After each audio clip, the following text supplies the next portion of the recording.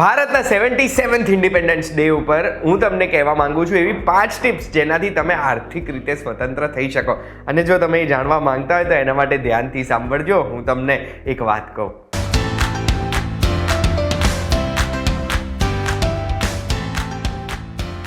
એક વાત કહુંમાં આપનું સ્વાગત છે. મારું નામ છે ગુંજ ઠક્કર અને આજના એક વાત કહુંમાં આપણે વાત કરવાના છે એ 5 વસ્તુની જે 5 વસ્તુઓ કરીને આપણે આર્થિક સ્વતંત્રતા મેળવી શકીએ, ફાઇનાન્શિયલ ફ્રીડમ મળી જાય આપણને. હવે ફાઇનાન્શિયલ ફ્રીડમ છે શું? ફાઇનાન્શિયલ ફ્રીડમ એટલે આપણી એવી જગ્યાએ મૂડી તૈયાર હોવી જોઈએ જેનાથી આપણે કોઈ પણ ડિસિઝન પૈસા માટે ના લેવો પડે. એનો મતલબ છે કે અગર આપણને કોઈ જોબમાં નથી મજા આવી રહી તો એ જોબ આપણે ફક્ત પૈસા માટે કન્ટિન્યુ ના કરવી પડે, કે પછી આપણો અગર બિઝનેસ છે એમાં 3-4 મહિના 6-12 મહિના અગર જો સ્લો પીરિયડ આવી ગયો કે પછી એ બિઝનેસમાં આપણે એક્સપાન્ડ કરવા માટે વધારે રોકાણ કરવું પડ્યું કે બધા પ્રોફિટ્સ આપણે બિઝનેસમાં રાખવા પડ્યા, તો એવા સંજોગોમાં આપણે ફસાઈ નહીં જઈએ. આપણે ફાઇનાન્શિયલી ફ્રી આવીશું અને આપણા બિઝનેસના કે જોબના ડિસિઝન આપણે પૈસા જોઈને નહીં લઈએ, આપણને જ્યાં મજા આવતી હશે એ લઈશું. અને એટલું જ નહીં, ફાઇનાન્શિયલ ફ્રીડમ એટલે આપણા લોંગ ટર્મ ગોલ્સ છે એનું પણ આપણે પ્લાનિંગ કરી દીધું છે. એનો મતલબ છે કે આપણે કોઈ પણ વધારે દેવું છે નહીં, ઘરનું કે વાહનનું. આપણા જેટલા બી ફ્યુચરના ખર્ચા છે એનું પ્લાનિંગ આપણે થઈ ગયું, એટલે બાળકોને ભણાવવાનું, બાળકોના લગ્ન કરાવવાના, આપણે ટ્રાવેલ કરવું છે કે પછી ફ્યુચરમાં આપણે કોઈ પરચેસીસ કરવા છે ને એનું બી પ્લાનિંગ અત્યારથી આપણે કરી લીધેલું હોય ને તો આપણે ફાઇનાન્શિયલી ફ્રી કહેવાય. તો આપણે કઈ વસ્તુઓનું ધ્યાન રાખવાનું? તો ફાઇનાન્શિયલ ફ્રીડમ માટે સૌથી પહેલી વસ્તુ આપણે એ ધ્યાન રાખવાની કે આપણે અત્યારે જો આવક કરી રહ્યા છે પણ આપણી હયાતી નથી રહેતી તો આપણા પરિવારનું ધ્યાન કોણ રાખશે? એમને મૂડી ક્યાંથી મળશે? અને એના માટે એક term plan, pure life insurance આપણે લઈને રાખવાનું. ઘણા બધા એક્સપર્ટ્સ એવું કહે છે કે ઇન્સ્યોરન્સ અને ઇન્વેસ્ટમેન્ટ ભેગું કરીને આપણા માટે વધારે લ્યુક્રેટિવ બનાવવામાં આવે છે, પણ આપણે ઇન્વેસ્ટમેન્ટ અને ઇન્સ્યોરન્સ બે અલગ જ રાખવાનું.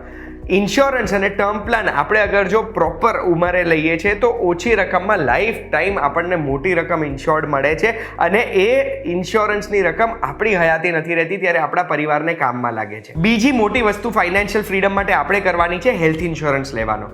કોઈ પણ વ્યક્તિને હોસ્પિટલના કે દવાઓના ખર્ચા આવે ને નથી જ ગમતા, અને હોસ્પિટલ દવાઓના ખર્ચા આટલે થતાં વાર નથી લાગતી. હવે જ્યારે મોટો ખર્ચો આવી ગયો તો આપણા બધા સેવિંગ્સ ખાલી કરી કાઢે, અને એટલે જ હેલ્થ ઇન્સ્યોરન્સ મસ્ત છે.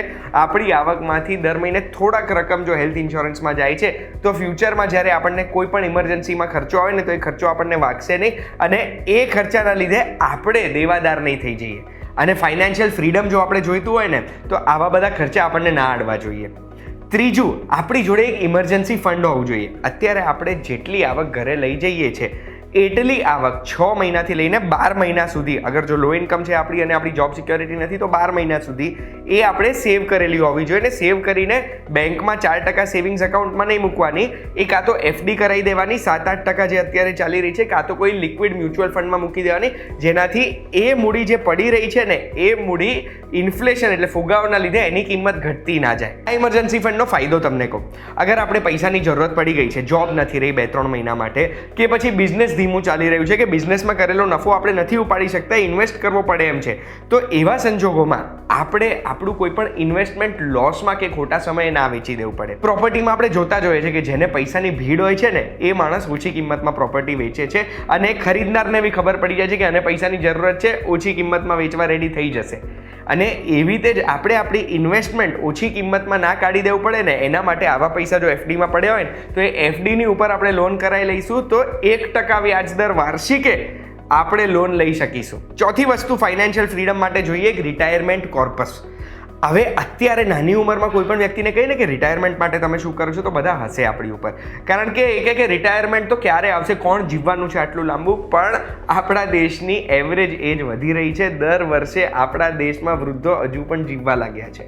હવે અત્યારે આપણી આવક ચાલુ હોય તો આપણને ચિંતા નથી, પણ રિટાયરમેન્ટ પછી આપણી આવક ચાલુ રહે એના માટે આપણે અત્યારથી તૈયારી કરીશું તો રિટાયરમેન્ટ પછી આપણને મોટી રકમ મળશે અને રિટાયરમેન્ટ પછી આપણે કોઈની સામે હાથ નહીં ફેલાવવા પડે. આ રિટાયરમેન્ટ કોર્પસની તૈયારી કરવા માટે આપણે પીપીએફ એટલે પબ્લિક પ્રોવિડન્ટ ફંડમાં ઇન્વેસ્ટ કરી શકીએ, નેશનલ સેવિંગ સ્કીમમાં ઇન્વેસ્ટ કરી શકીએ, ઈપીએફઓમાં આપણે રિટાયરમેન્ટ પછીનું પ્લાનિંગ કરી શકીએ. એના સિવાય આપણા દેશની એનપીએસ છે, રિટાયરમેન્ટ માટેનું જ એક ફંડ છે, કે પછી કોઈ પણ પ્રાઇવેટ કંપની કે બેંકનો રિટાયરમેન્ટ પ્લાન આપણે જોઈને એક એક્સપર્ટની સલાહ લઈને એમાં ઇન્વેસ્ટ કરી શકીએ છીએ.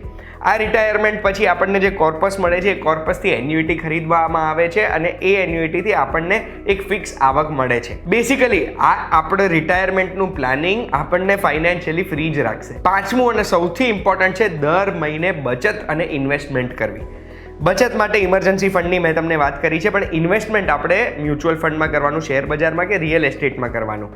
અને આ ઇન્વેસ્ટમેન્ટ આપણા જે લોંગ ટર્મ ગોલ્સ છે ને, જેમ કે આપણા બાળકોના લગ્ન, બાળકોના એજ્યુકેશન, ફ્યુચરમાં આપણે કોઈ પરચેસ કરવું છે કે પછી આપણે બસ આપણી મૂડી વધારવી છે, તો આ ઇન્વેસ્ટમેન્ટ આપણને એમાં હેલ્પ કરશે. જે રિટાયરમેન્ટ સ્કીમ્સ છે કે પછી જે મેં તમને એફડીની વાત કરી, એ બધું આપણને ફુગાવાની આજુબાજુ જ રિટર્ન આપે છે. એનો મતલબ કે આજના 100 રૂપિયા કાલે ભલે 107 થશે 7% લેખે, પણ કાલે 100 રૂપિયાની કિંમત જ ઘટી જવાની છે 7%, એટલે 107 = 100 રૂપિયા. આ ફુગાવાનો સિદ્ધાંત છે. પણ જ્યારે આપણે પ્રોપર ઇન્વેસ્ટમેન્ટ કરીશું ને, તો એ ઇન્વેસ્ટમેન્ટમાં ગ્રોથ આપણને 7% કરતાં વધારે મળે છે. એ જે વધારાની ગ્રોથ છે એ આપણા માટે મૂડી વધારવાનું કામ કરે છે અને એનાથી જ આપણે આપણા long term goals easily achieve કરી શકીએ. જેટલી નાની ઉંમરે આપણે બચત કે ઇન્વેસ્ટમેન્ટ કરવાનું શરૂ કરીશું, એટલી જ આપણી મૂડી વધતી જશે અને એટલો આપણે વધારે ખર્ચો કરી શકીશું. હવે આ જે 5 પોઈન્ટ છે ને, એને ધ્યાનમાં રાખીને મેં એક કેલ્ક્યુલેશન પણ કરેલું છે, પણ આ વિડીયો બહુ જ લાંબો થઈ જશે. એ કેલ્ક્યુલેશન અગર તમારે જોવું છે કે 30,000ની આવકમાં કઈ રીતે આપણે 3 વર્ષની અંદર ફાઇનાન્શિયલી ફ્રી થઈ શકીએ, તો એ મને કમેન્ટમાં કહેજો, તો એવો વિડીયો પણ તમારા માટે બનાવી દઈશ. અને આ વિડીયોથી આજના સ્વતંત્રતા દિવસ ઉપર આર્થિક રીતે સ્વતંત્રતા મેળવવા માટે મેં તમને થોડા પણ મોટિવેટ કર્યા હોય ને, તો લાઇક બટન દબાવતા જજો. હજી સુધી સબસ્ક્રાઇબ નથી કર્યું તો એ બટન દબાવી દેજો અને આવા જ વિડીયોઝ માટે VTVGujarati.com જોતા રહેજો. આપણે ફરી મળીશું.